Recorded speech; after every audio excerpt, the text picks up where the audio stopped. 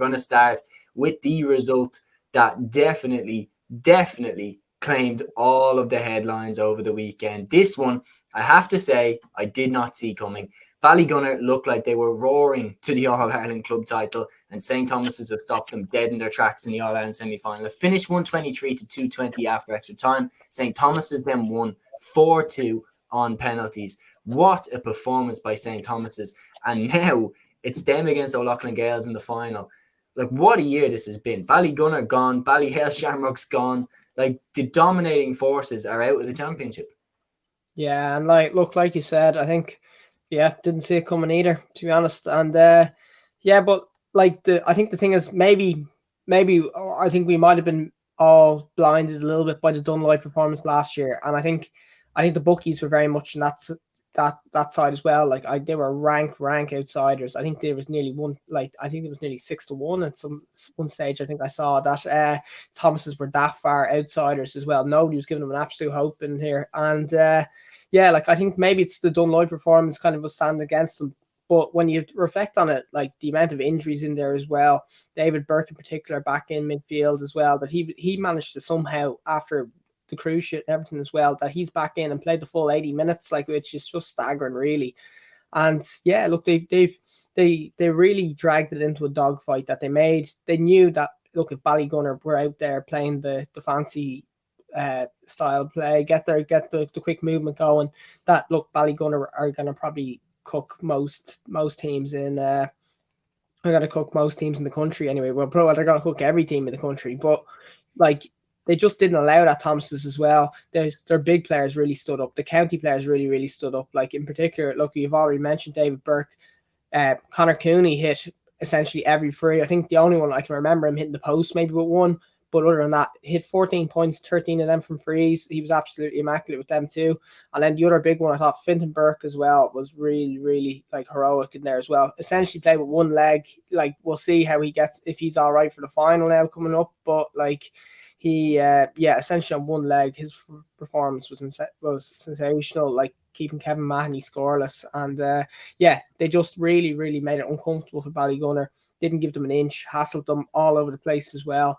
Their work rate was insane. And and look, when it goes to penalties, it's a stroke of luck. But I think based on based on the performance, they deserved that little bit of luck when it went to penalties.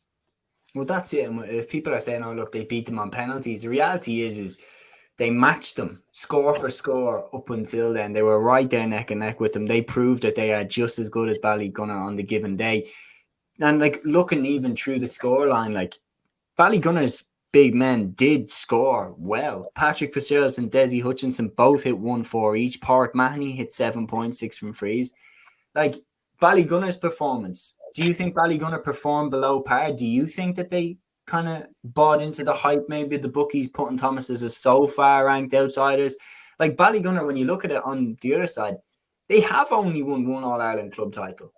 And I'm not trying to all of a sudden have recency bias and say, Ballygunner, now that they've lost, I'm trying to go in on them. I'm not. I'm just saying that, I'm trying to put myself in their shoes. They won one All-Ireland club title a couple of years ago against Ballyhale Shamrocks, and deservedly so. But then they got knocked out last year in the semi-final by Ballyhale. And then Ballyhale got knocked out this year. And all of a sudden, everybody just assumed that Ballygunner were going to go and win the whole thing. Especially after they handled the likes in the Piercy, Clonlara, Sarsfields, they obliterated them. Do you think that the hype actually affected them in a negative way? Yeah, I'm not sure if it was the hype, but there's no sugarcoating it. That's a miss. That's an All-Ireland they've left behind them. I do think that Ballyhale, I think they'll look back on this one and say, this is an All-Ireland we should have won. I think there's definitely something to be said from that they've only won one All-Ireland. And I think a lot of the time previously people would say, okay, yeah, but they're in the Ballyhale era, that they're playing at the same time as arguably the greatest club team of all time. But this year, there is no Ballyhale. This is the year where there was no other obvious candidate in there as well. I don't know if complacency came into it at all. Thomas has really put it up to them. That was the thing. Thomas has really put it up to them. They gave them a thing as well. Gave them a proper scare. But like at the same time, I don't think Ballygunner played very well on the day. I don't think they played to their peak. And yeah, like you said, Desi and Patrick Fitzgerald played well. But outside of that, like a few key players really didn't fire. Like I think it's been a while since we've seen Kevin Mahoney not score. He was taken out of the game by Fintan Burke essentially.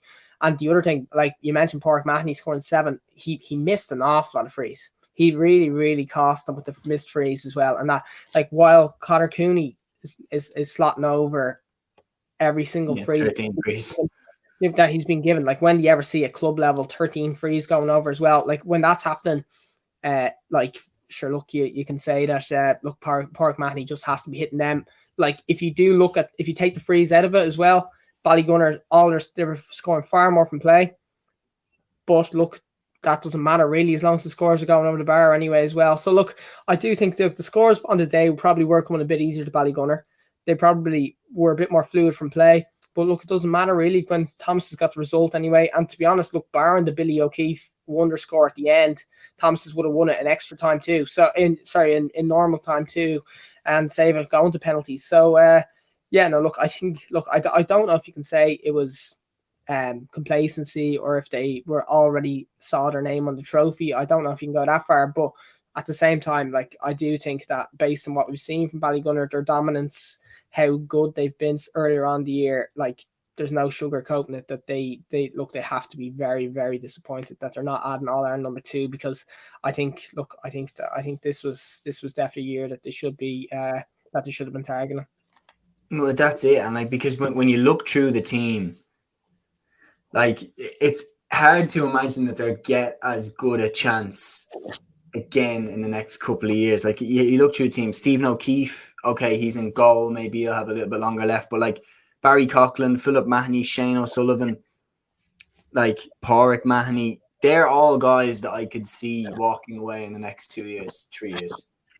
So it's something that like they must be sitting there thinking, if Ballyhale make it out of Kilkenny next year, which will be very difficult to do, but if they make it out of Kilkenny next year, immediately that's not as good a chance to win the All-Ireland. That's no disrespect to O'Loughlin Gaels. There's no intended disrespect. But like when you look at how, for example, Ballyhale, once they got out of Kilkenny, absolutely murdered teams outside of Kilkenny. And O'Loughlin Gaels have had very close contests with Nafina and Cushendall that we're going to get onto. But I think when you're looking at it from St. Thomas's angle, like they lost in the semi-final last year to Dunloy, and it was a terrible performance by Thomas's on the day. They were very much caught on the hop by a very, very game and ready Dunloy side who took them out. There's no question about it, they took them out. But St. Thomas's are 6 in a row Galway champions, and the year previous they took Ballyhale like to an absolutely gripping contest in the semi-final.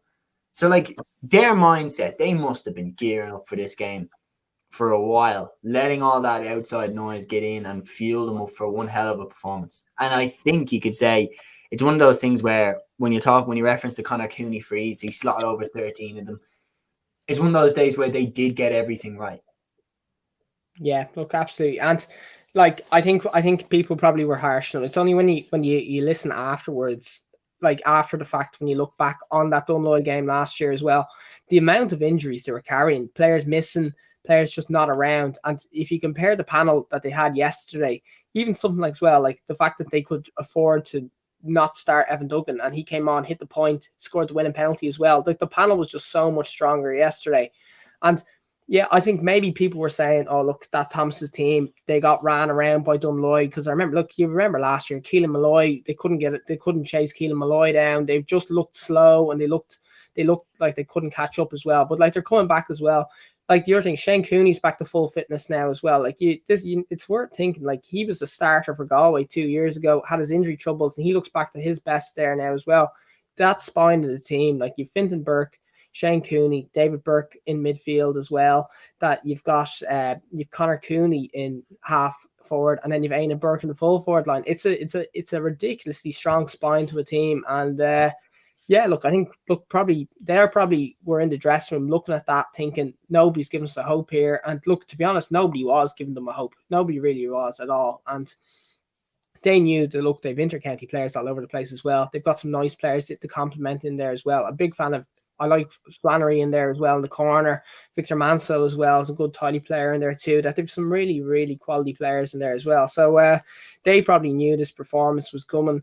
Like there was a few clips doing the rounds of some of the work rate as well. Like Aina Burke coming back from full forward at one stage, tackling his own full back line. That it was just savage work rate really. And yeah, look, I think in particular, just seeing David Burke as well after his recovery too, his performance as well. He brought a bit of know-how, and like he's well able to play. Like he knows how to play the game and stuff as well. A bit of the dark arts, a bit of the kind of like putting the hits in and everything like that as well. That he just adds so much experience in there in around the midfield. And like I just think, yeah, I think like it's great for them in the sense that they probably knew last year that Dunloy, that game didn't define who they were. So like there's no better response than that. And Jesus, they'll be absolutely licking their lips now going in like that.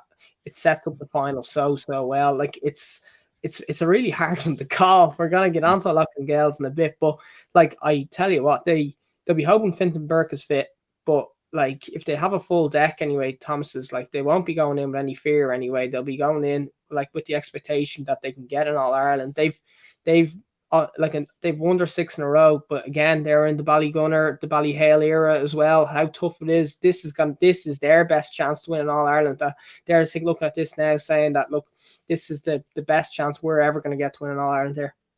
Well, you took the words right out of my mouth. I was going to say that like St. Thomas's will sit there and think if they've won 6 Galway championships and they didn't go on to win an All Ireland, they'll look back on that in future years and think, what the hell happened there? Why could we not get over the line against Ballyhale or Ballygunner? And look, they've got over the line against Ballygunner, so now it's time to go and make that count. But O'Loughlin Gaels will also be thinking that, because the minute you take out Ballyhale Shamrocks, it will have wound them up.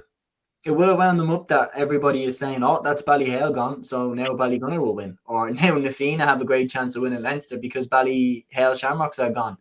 Like they would be thinking, hang on here, we knocked out Ballyhale Shamrocks. Why is everybody throwing shade on us? Why is everybody immediately saying, oh, well, everyone else can win? And they're in the final. So they are aware, I think Ballyhale Shamrocks would have been if Ballyhale had beaten O'Loughlin Gaels.